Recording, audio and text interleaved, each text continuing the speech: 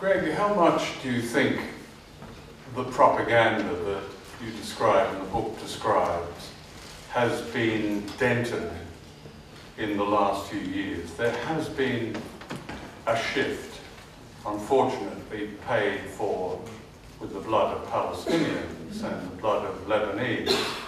My sense is there has been a real shift since the attack on Lebanon in 2006. Also the rise of the boycott, disinvestment and sanctions, BDS movement, and almost, although you rightly say people generally haven't got the information, but I think there is at stages like this, almost a critical public intelligence that begins to really seriously doubt something that has been rammed down their throats, that Israel is some special moral case and the Palestinians are all wrong. So how much do you think those developments, recent developments, have affected the propaganda? I think it did begin to change quite significantly with the Second Intifada in the way that you're suggesting. And I think the images of the large number of Palestinians who were dying and the sense of power on the Israeli side, that made a difference. And I think the Israelis saw that and were very worried about that. And I think that's why they developed this new and very, very intensive propaganda apparatus. What I would say is that there's been quite a growth in public understanding amongst, I don't know quite how to put this, amongst the sort of people that we speak with. That amongst intellectuals, people in universities, people who think about the area, people who would use the internet to find out what's going on, you know. That kind of group. And if I was going to measure that, I'd say probably 15% of the population, if I was doing random samples.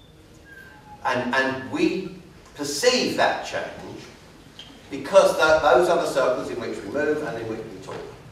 What I have to say really did shock me quite a lot when I went out and started doing random samples with people who were not in those, within those circles, if you want to put it that way. And when I did groups of students in universities straight after the Gaza attack, and in some universities where there was actually occupations going on against the Israeli action, I really expected to find a big climate of everybody knowing what it was all about.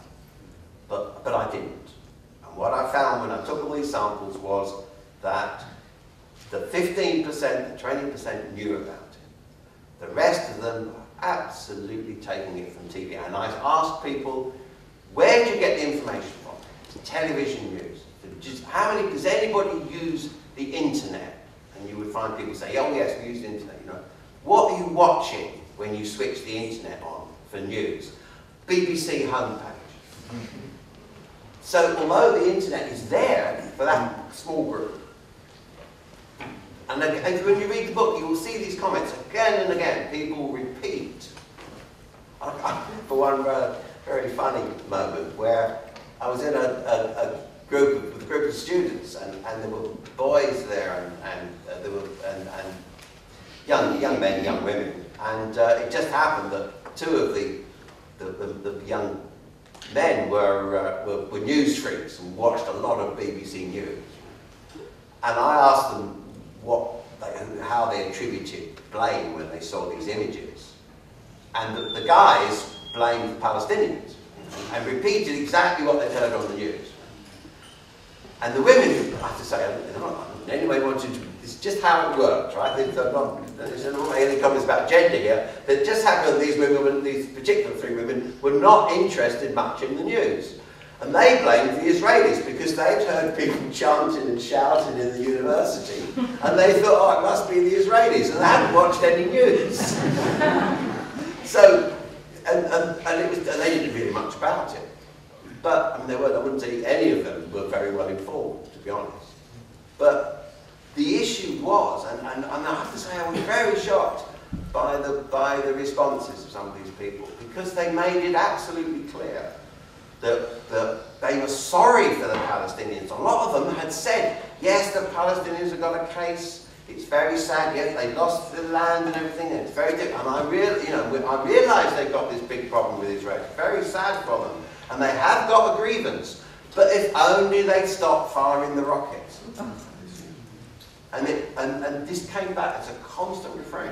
And as soon as you get outside of what you might call the zone of people that we would normally know, and I'm talking about the other kind of 80% of the population, yeah? And a lot of people who know a little bit about it, but really will repeat for you almost word for word what they've heard on the BBC News. And if you think, one of the things you said I thought was very important is how the crucial issue is the absences.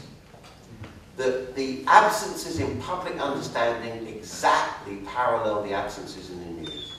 That's what you find again and again. So where something's being left out of the news, it's not in the public understanding. And with the attack on the Gaza flotilla, the Mavi Marmara, there's a whole chapter on that in the book. What you found in that case was that, as you know, the Israelis took the people from the flotilla, forcibly took them to Israel, confiscated all the video, and then issued their own account of what had happened, with using the video from the flotilla and with captions written on, saying, you know, Israeli soldier being hit with metal bar, and things like this. Now, can you imagine a contested event in the West Bank where Israeli soldiers have been shot or civilians have been hurt in a very contested situation, and then the Palestinians had issued a video, somebody had videoed it on a mobile phone, and on their video it said, Israeli soldiers massacring, you know, Palestinian civilians. Can you imagine the television news taking that piece of video and showing it again and again and again, night after night? And yet that's exactly what they did. And then later on, when the alternative emerged much more clearly, when the autopsies came out, when the United Nations Human Rights Commission report came out, and it gave a completely different account of what had occurred, suggested that people had been executed when they were wounded. I mean, appalling things. That information just didn't get on the news. They put a 3-minute piece onto the 24-hour news, which is watched by a very small number of people. The main news programmes, which a few months earlier had been wall-to-wall with the Israeli version of the sequence of events, the way it all came about, this classic public relations strategy, that they control the sequences in people's minds.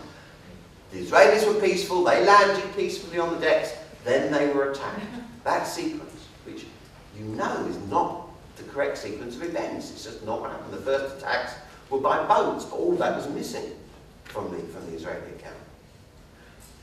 So that control is absolute, and it does, unfortunately, affect people. When the absence is there, you can then go out the next day, and you will find that unless you're talking with the group that we know, who've got it from The Guardian or from from the internet or whatever, and we will know that wasn't the correct sequence of events. We'll know about the UN High Commission report, but the bulk of the population just won't have heard of it.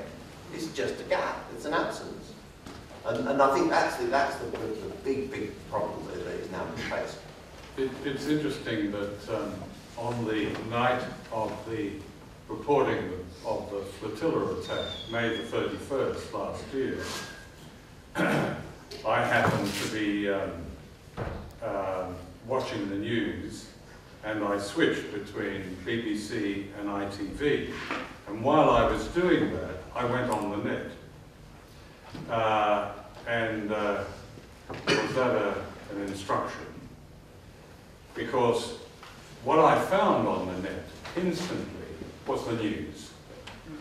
I mean, there was webcam material coming straight out of the ship. There was some that were extremely graphic, and I could be looking at my PC screen and looking at the screens, listening to the BBC diplomatic correspondent, so-called Jonathan Marcus, talking about Israel's problems, and everyone choosing their words extremely carefully and leaving out, the point is leaving out so much of what actually happened. There it is on the net. I think what's interesting is what you say about this, Greg. I mean, we're actually talking about a problem concentrated in the highly informed, open, democratic West. Because most of humanity, according to fairly credible polls like Gallup and Pew, and certainly my own experience, doesn't believe the Israeli story. It doesn't matter, you know, you can be in Latin America. I've been in discussions, you can be in Africa. You can be in Asia. There are two worlds. There is our world, so developed, so cultivated, so well served by these magnificent, erudite institutions. And we're the people being conned. And I think that's something that has hardly been addressed. That this massively educated and sophisticated society, with all its great traditions, so on, liberalism, so on, if, you know, you read Greg's book, and it's we who are being conned, not the rest of the world. And so when you see some of these very interesting international polls, you know, the least admired countries, or no, the countries that provide usually the greatest threat to humanity are number one, the United States, number two, usually Israel. I mean, the official demons like North Korea and Iran are hardly in the same league. Would you like to comment on that? It's quite interesting. Well, I think that's absolutely right, and I think the response that you've described comes in part from the different politics and history of the nations, but I think a lot of it is down to the direction of the public relations. That the Israeli propaganda public relations effort is focused very largely on the United States and secondly on Britain. And I think they worry much less about what's being said in Spain or Portugal or South America. I think it's actually comparatively irrelevant because the weapons, the arms and the money comes from America. And without those, I don't think Israel could really survive. You would have to compromise, you would have to do a deal. So as I said earlier on, I think this will end when America stops paying for it. But as long as Israel needs the weapons and the arms and the money from America, they will do absolutely everything they can to pour money into public relations and to do everything they can to influence the public opinion in those two democracies. I mean, particularly America and particularly Britain, because of the close link to America. And I think that is why we are almost uniquely the subject of such a lot of pressure.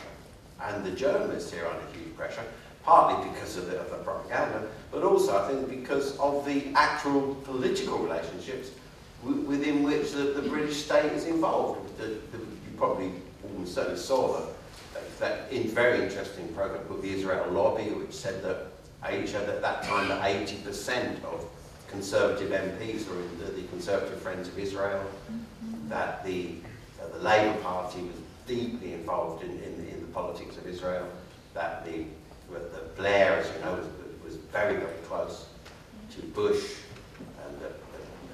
and And you just follow that chain through. America's key ally is in the Middle East is Israel.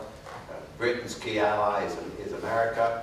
And I think from the point of view of journalists, if they are going to be the one, if they imagine their own career, think about themselves, and imagine and ask themselves, am I going to be the one who sticks my neck up and out and puts my head up and says, look, actually this is all a bit wrong, I'm going to say this instead. I think the question that journalists ask themselves is, who's going to defend me? In that political and commercial structure, when you've got much of the press very wedded to the Israeli position, and in the past, you know the relationship that the Telegraph had with Israel, that the Murdoch press is very, very pro-Israel. If you are the journalist in the BBC who knows, one of the many who knows the alternative, but is nervous about saying it, then your first question is, when I've done this and the roof falls in, who's going to defend me? Is it going to be my management? Is it going to be the political structure? You're actually fighting everybody. And the pressure is very, very great.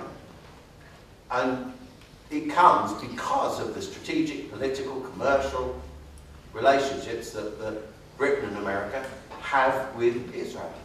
And I think that's why our populations are so much the subject of this propaganda struggle.